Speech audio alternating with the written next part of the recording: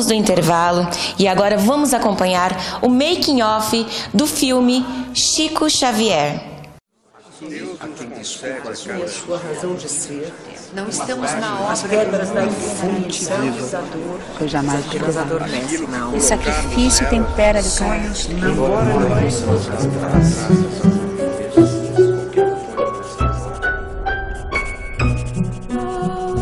Embora ninguém possa voltar atrás e fazer um novo começo, qualquer um pode começar agora e fazer um novo fim. Eu entrei no filme por diversas formas, né? A primeira delas é porque achava uma boa biografia a ser contada. O que me fascinou foi o homem, a história, quem ele envolveu ao longo de sua vida. Eu sabia que o ponto 1 meu no filme seria respeitá-lo e respeitar o que ele representa e respeitar as pessoas, o mundo de pessoas que ele representa.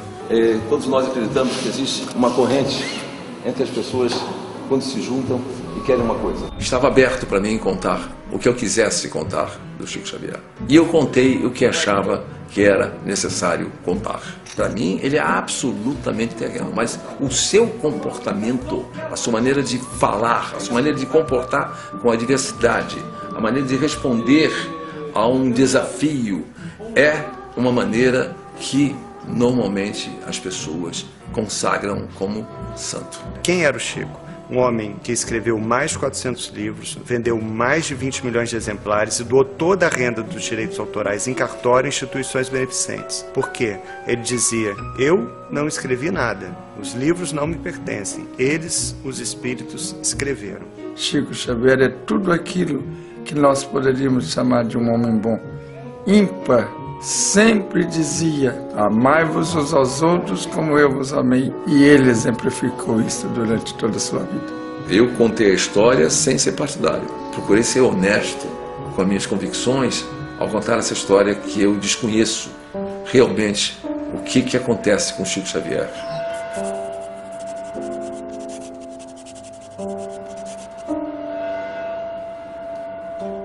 Quando o roteiro começou a ficar pronto, eu vi que eu precisaria de 3 Chico Xavier. O Nelson e o Ângelo foram primeiras escolhas. Não teve outras pessoas na minha cabeça. Eu quero agradecer a todos vocês que vão participar do filme. É um agradecimento ao ser humano que foi Chico Xavier e que todos nós, seja a doutrina ou seja o que a gente acredita, o que a gente crê, o que acha, vê nele uma pessoa que no Brasil deixou uma sensação de esperança, de amor, de carinho. Ele teve amor.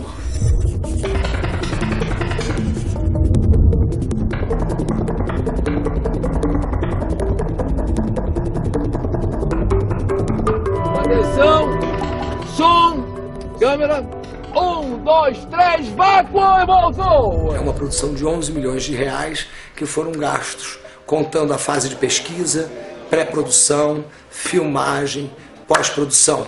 5 anos de roteiro, 6 meses de pré-produção, 8 semanas de filmagem e agora quase 8 meses de pós-produção. Em determinado momento do filme, a equipe fixa, quase vamos dizer assim, que transitou entre Rio, Tiradentes e Paulínia, 177 pessoas. Então é bastante gente para administrar, né? Na verdade é um filme muito grande, né? É um filme que parece simples, né? Contar a história de um personagem lá do interior de Minas, um sujeito que tinha uma simplicidade na sua vida, mas o filme em si não é nada simples, é um filme complicadíssimo.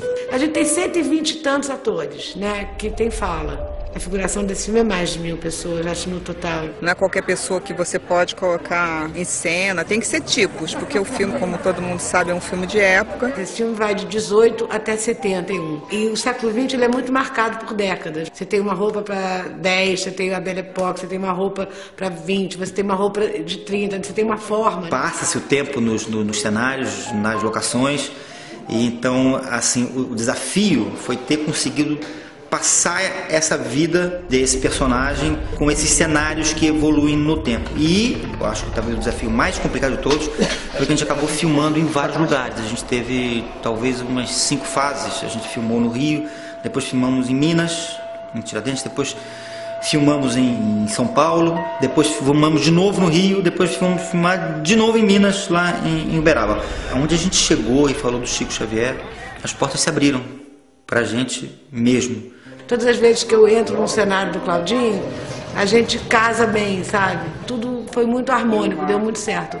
As roupas entraram, pertenciam àquelas pessoas que moravam naquele lugar, que eram daquele cenário. E eu não queria que nada ficasse falso. Eu tive o maior cuidado possível. Tentei estudar ao máximo, de pesquisar cada material. Tive uma preocupação de estar trabalhando com HD. Esse filme é captado com digital. Eu acho que isso vai resultar numa nova fotografia à medida que a gente vai encontrar uma nova textura, uma nova cor. Mas esta é a imagem que toda a nova geração está se acostumando, porque é a imagem que está no computador. Eu acho que se pode fazer um bom filme filmado em HD, filmado com a câmera RED ou com outros tipos de câmeras que tem. Acho que a gente tem agora que desenvolver um novo olhar sobre a fotografia no cinema. Resumindo, a gente tem um período mais barroco do filme, que é o período onde não tem luz elétrica. A fotografia tem um tom mais quente, a fonte de luz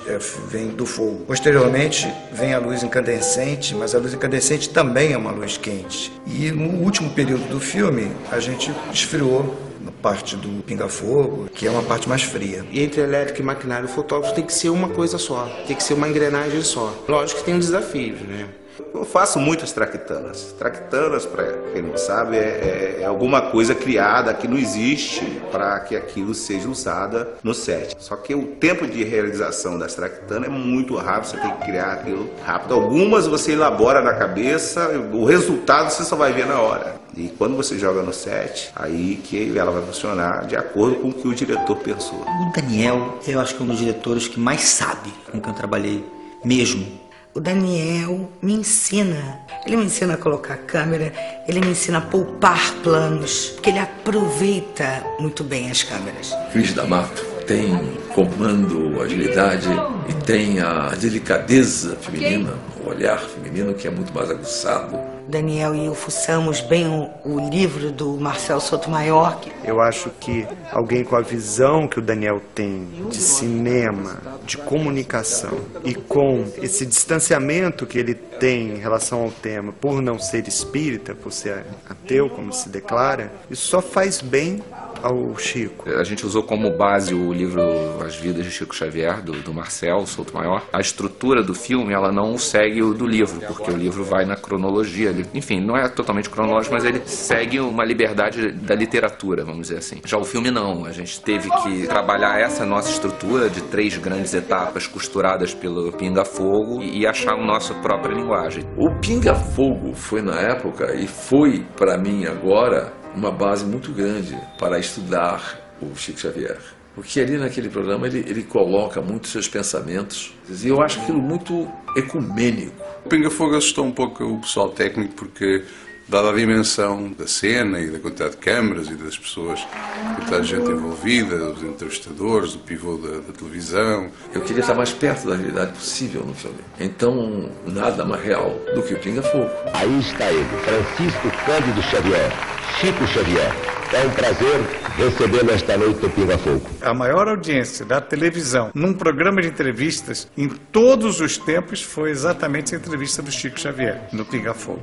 Saulo Gomes foi o repórter que trouxe o Chico Xavier de Uberaba para a primeira entrevista no programa Pinga-Fogo, que era conduzido pelo Almir Guimarães. A primeira entrevista que eu realizei com o Chico foi no início do mês de maio de 1968. Era para mim um desafio entrevistar Chico Xavier, quebrar aquele tabu em relação à imprensa. Eu vi que o Chico Xavier, ele era humano porque era humano, e me provou, desde a primeira entrevista, que ele é uma das poucas pessoas que realmente tinha amor pela humanidade. Sem dúvida nenhuma, eu sei que mexeu comigo, como mexeu com muitas pessoas que fizeram o filme. Não é que me torne um espírita, não é que me torne um crente, nada disso, mas ele mexe no que eu acho o mais fundamental. Ele mexe na pessoa. O Ângelo e o Nelson fizeram um enorme trabalho de pesquisa que eu pedi que eles fizessem. Eles visitaram todos os locais onde o Chico Xavier morou, eles foram a Pedro Leopoldo, eles foram a Uberaba, Enquanto isso, eu estou fazendo testes para quem vai fazer o Chico Xavier garoto. E o Matheus foi realmente o que fez o melhor teste. E curiosamente ele era carioca. Tanto é que o Matheus teve que fazer um trabalho vocal todo, que foi até difícil, porque às vezes ele fala de um jeito que não dá para entender direito. A prosódia, na verdade, ela resulta no sotaque, né? Na forma de falar dos atores. A Cíntia trabalhou o Matheus e eu trabalhei o Ângelo e o Nelson. Eu trabalhei muito os dois juntos, que o Daniel pediu que eles fizessem isso, porque ele queria fazer uma sobreposição, né, da imagem, da voz. Eu comecei a pensar e vi o quanto os dois se assemelhavam fisicamente, tanto na sua emissão vocal, quanto também na maneira com que eles trabalham os personagens. O ator traz para si um outro personagem. E os espíritas acreditam que a gente convive com o personagem, né? Que a gente continua personagem. Né? O trabalho do ator é isso, é se preparar para ser esse instrumento mesmo, assim. E acho que vem do inconsciente da gente, que é coletivo, que aí a gente pode buscar qualquer sentimento, qualquer emoção, assim, né? Porque tudo é emoção, né? Tudo é energia, né? É ter energia, precisa lidar com isso, né? Quando eu atuo assim, eu não consigo ver o que eu errei e ver o que eu fiz certinho. Eu vi essa cena que eu fiz junto com a Letícia, que ficou muito bonita mesmo. Que foi a cena que eu tava na árvore com ela, chorando. Assim, foi uma cena assim, muito linda, ficou muito bonito mesmo. Essa trilha do Egberto, que é uma trilha muito elaborada, sofisticada e musicalmente é um mundo. Eu ficava pensando, falava assim, ai, uma voz feminina. O filme tem a mãe. A mãe é o elemento chave do filme em todos os níveis. Mãe, madrinha, madrasta, mulher. E depois de fazer as contas bem feitas, as contas afetivas, quem mereceu ganhar uma mãe de presente, uma voz feminina, é o personagem do Tony. No momento em que, de forma dilacerada, ele põe para fora tudo de uma vida inteira. Tem coisas que me parece que não podiam faltar, porque o filme é passado numa situação muito interiorana e bota Minas Gerais na história. Então, nessa história tem que ter uma viola, tem que ter um violão, tem que ter uma flauta, clarineta, que são instrumentos típicos, não é, dos interiores brasileiros, sobretudo de Minas Gerais. Tem muita coisa feita com sonoridades sinfônicas grandes, e o melhor instrumento que eu conheço para isso é uma orquestra grande, né? Ao mesmo tempo tem coisas muito íntimas, onde tem uma voz sozinha, um piano absolutamente solitário num descampado qualquer, numa daquelas imagens tão bonitas que tem o filme. Tem coisas muito tristes, soturnas, que são os momentos de profunda solidão que o Chico sente, desespero e medo, que é muito bonito isso, né? Que ele senta medo do que ele contém. A participação no set, para mim, foi muito importante, porque a gente já sabia com antemão o que a gente ia ter que enfrentar quando esse filme chegasse para nós. É um trabalho muito grande, maior do que nós tínhamos até previsto. Metade do filme é pós-produção. E é muito confortável para o fotógrafo saber que tem uma pessoa ali ao lado que pode dizer para você, não, pode fazer isso sim, faça, que eu resolvo lá. Existe uma igreja que a gente teve que fazer com que ela desaparecesse de cena. A gente conseguiu recriar um Electra antigo, exatamente qual usado na VASP para a ponte aérea naquela época.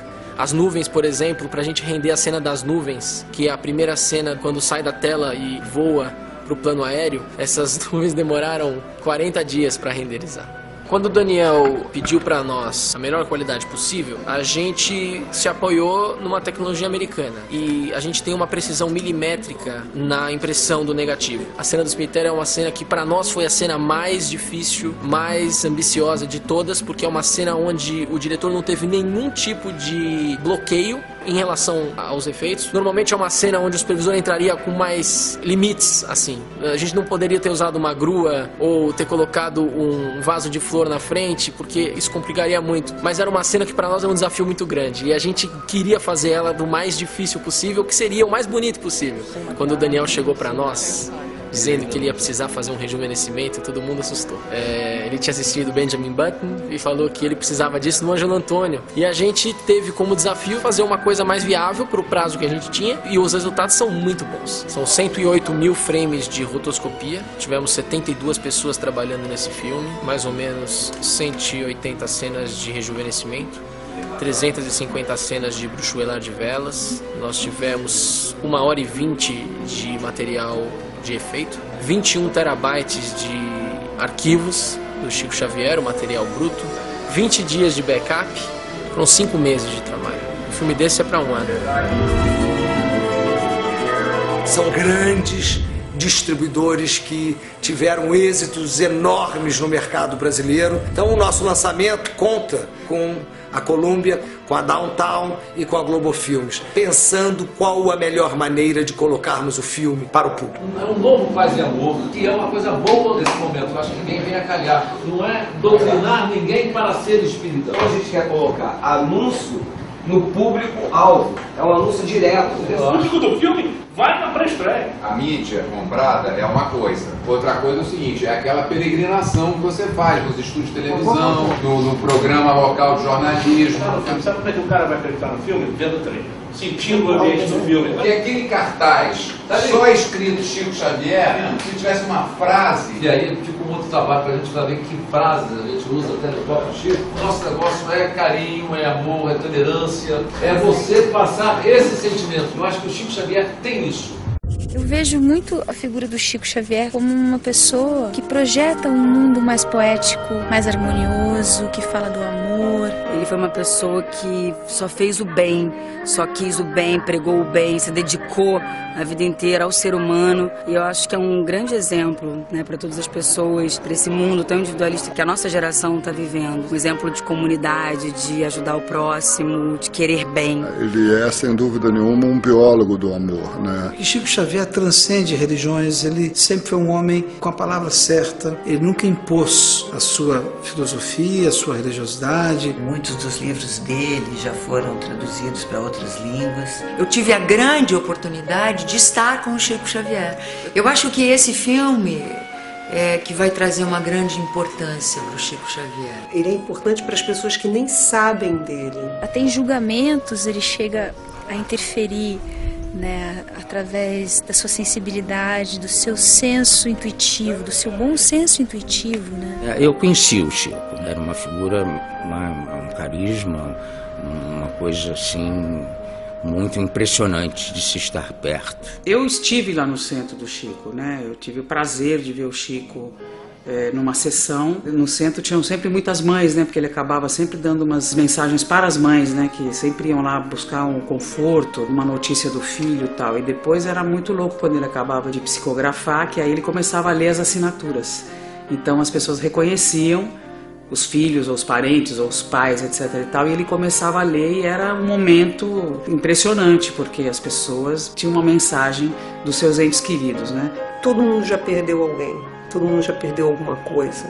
A palavra do Chico conforta porque ela dá a certeza dessa impermanência, sabe? Tudo vai passar. Mas eu já tentei tudo, macumba, meditação, centro espírita, tudo! E até agora, o máximo que eu consegui foi uma carta. 10 linhas que meu marido acha que são fajutas. Me pareceu que o sentimento da perca de um filho é um sentimento tão forte. E a Cristiane sabe, ela viveu dolorosamente isso. E ela teve a coragem de fazer essa delicadeza com a gente. E ela viveu durante a filmagem toda a dor. Mas eu espero que a Cristiane tenha exorcizado bastante aquela dor guardada dela. Sabia que existia Chico Xavier porque de vez em quando alguém me chamava de Chico. Eu reagi, tenho vergonha de dizer, mas às vezes eu me irritava e dizia Chico é a mãe. Quando eu encontrei com o Nelson, eu sentei e disse, poxa Nelson, como é que vamos fazer? 2 ex-comunistas, estamos aqui para fazer um filme espírita e 2 ateus. Acho que o Nelson se converteu durante o filme, porque ele estava uma pessoa muito sensível, muito tocada. Era um novo Nelson que eu tinha na minha frente. Mas ele foi muito transformador para mim. Porque hoje Chico para mim, agora eu tenho um orgulho. Desculpe, Chico. A primeira coisa que eu falei pro Nelson, quando eu encontrei com ele, quando a gente se encontrou para pegar um carro para ir para algum lugar no filme, foi assim, que eu tinha 2 honras, assim, uma de estar fazendo o Chico e uma de estar trabalhando com ele. A primeira coisa que ele falou para mim, assim, que a sensação que ele tinha em fazer o Chico, era uma honra para ele muito grande, assim, fazer o Chico. É um presente mesmo, assim, do tempo, né? Do espírito do tempo. Eu acho assim que na telona vai ficar muito bonito, assim, um filme sobre um médium. Todo mundo deve conhecer o Chico Xavier. Eu acho que quando as pessoas assistem esse filme, e isso eu tenho sentido ao terminar, que as pessoas saem com sentimentos fortes, emocionados, e eles dizem que eles querem pensar, e eles querem pensar neles próprios. Então aquele pensamento do Chico Xavier, que a gente não pode voltar atrás e fazer um novo começo, mas todo mundo pode começar agora e fazer um novo fim, e acho que é uma coisa que está no filme. A gente pode fazer um novo fim. Eu tenho certeza, até porque eu pedi, que ele esteve presente em todos esses momentos, desde o primeiro dia de gravação. Ele foi uma pessoa tão boa, foi tão generoso. Ele foi uma pessoa que ama o próximo, o desconhecido. E a gente precisa divulgar isso. Eu me sinto profundamente abençoado por poder servir para transmitir essa ideia.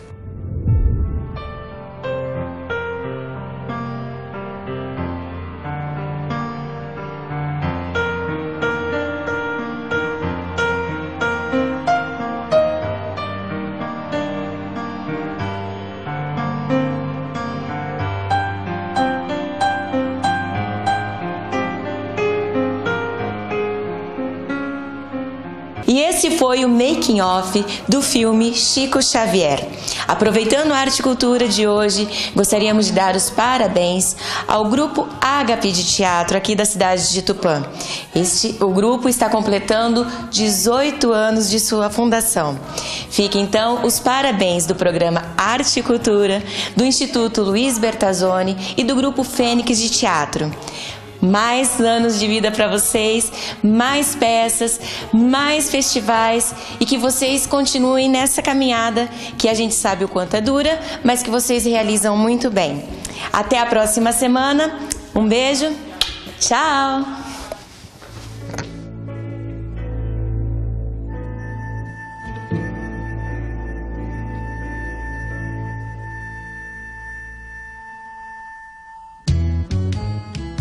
O aço dos meus olhos e o fel das minhas palavras acalmaram meu silêncio, mas deixaram suas marcas. Se hoje sou deserto, é que eu não sabia que as flores com o tempo perdem a força e a ventania vem mais forte. Hoje só acredito no pulsar das minhas veias e aquela luz que havia em cada ponto de partida há muito me deixou, há muito me deixou. Ai, coração alado, desfolharei meus olhos neste escuro véu. Não acredito mais no fogo ingênuo da paixão. São tantas ilusões perdidas na lembrança. Nessa estrada só quem pode me seguir sou eu. Sou eu, sou eu, sou eu. Ai, coração alado, desfolharei meus olhos neste escuro véu.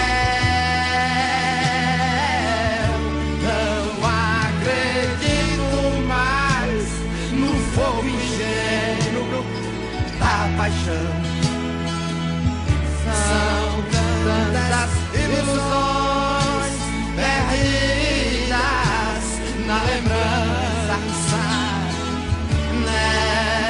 estrada, só quem pode me seguir sou eu. Seguir sou eu, sou eu, sou eu, sou eu.